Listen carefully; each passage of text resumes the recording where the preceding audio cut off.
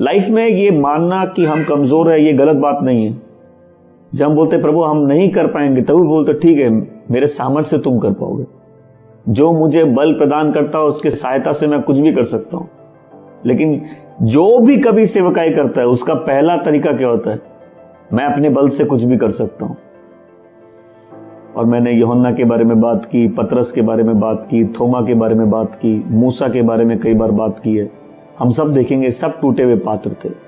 कोई संसार के महान लोग नहीं थे, संसार के ज्ञानी लोग नहीं थे। मूसा महलों में पला था और मिस्र के सारी कलाओं में वो सामर्थी था।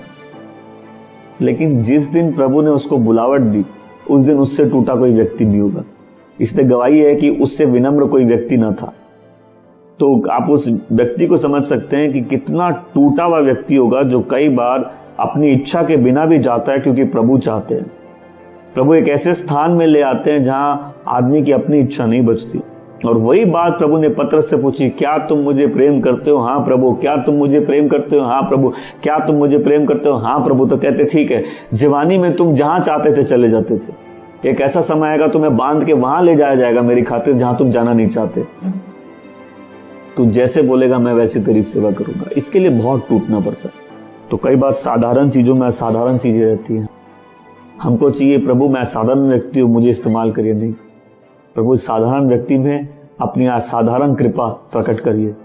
तो इसलिए प्रभु का आनंद किसमें है? संसार के कोई नईयों को चुनना, जिनका कोई मूल्य नहीं है, जिनकी कोई पहचान नहीं है, जिनका कोई अपना सामर्थ्य नहीं है, जिनमें ऐसी कोई बात नहीं है कि वो घमंड कर सके। प्रभु ऐसे लोगों को इस्तेमाल करके उठाता है। आज यदि हम विश्वास में आए, हम कठिनाइयों से गए, हम टूटे, तो ये दुख की बात नहीं है।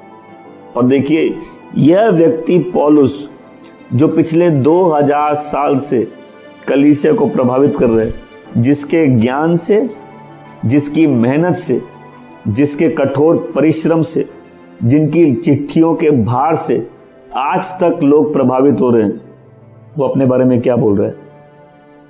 मैं एक टूटा पात्र हूं, मैं एक मिट्टी का पात्र हूं। और इस मिट्टी के पात्र में क्या है? खजाना। ये खजाना क्या है? खुद प्रभु की उपस्थिति भी और यीशु मसीह के सुसमाचार का ज्ञान, उसके राज्य का भेद। बोले जहां तक पात्र की बात है मैं तुमसे एग्री करता हूं, जहां तक मेरी अपनी बात है मैं तुमसे एग्री करता हूं। मैं इस लायक नहीं हूं, मुझ में कुछ भी नहीं है। बहुत कम बुलाए गए वो जो संसार के महान सामर्थी लोग हैं। और इसीलिए जो विश्वासी पूर्ण रूप से अपनी कमजोरी को जानता है, उसके द्वारा परमेश्वर अपने सामर्थ को दिखा सकता है। जिसका अपने आप पे कोई भरोसा नहीं, परमेश्वर उसके द्वारा अपने महान सामर्थी कामों को अंजाम दे सकता है। पतरस कौन था? एक डरपोक। पतरस शुरू से लेकर जब पतरस की कहानी देखो, उसके अंदर कूट कूट के एक लीडर भरा पड़ा है। इस्तेमाल कब हुआ? जब वो भागा, जब वो टूटा, जब वो रोया। परमेश्वर कैसे लोगों को इस्तेमाल करते हैं? ऐसे लोग।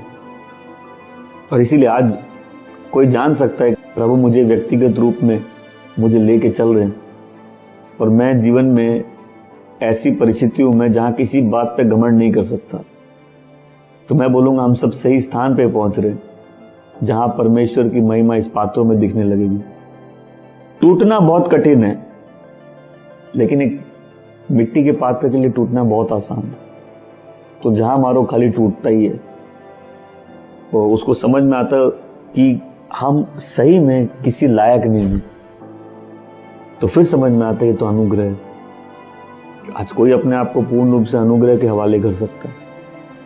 कोई समझ सकता है कि प्रभु मैं कितना कमजोर हूं, मुझसे कुछ नहीं होगा। हो सकता है हमने पहले घमंड किया हो कि प्रभु हम ये करेंगे, हम आपके लिए वो करेंगे, मैं तेरे लिए दुनिया हिला दूंगा। उसके बाद से हम ही हिल रहे हैं। कोई है जिसने नहीं बोला प्रभु हम आपके लिए दुनिया हिला देंगे, प्रभु हम सबको तेरे बारे में बता देंगे, मालूम चला हमारा मुंह ही कोई नहीं दिखता। क्या आपके साथ ऐसा हुआ है? और यही आदमी परिवर्तित होता है जब वो अपने आप की सही पहचान पे आ जाता है, और तब उसको मालूम चलता है कि उसका अनुग्रह काफी है। अगर तुम्हारे अंदर वो खजाना है वो तभी दिखेगा जब तुम समझोगे कैसे साधारण पात्रों को प्रभु इस्तेमाल करता है। क्यों? ताकि कोई घमंड ना कर सके। सारी महिमा केवल उसको मिले जिसने तुमको बुलाया है।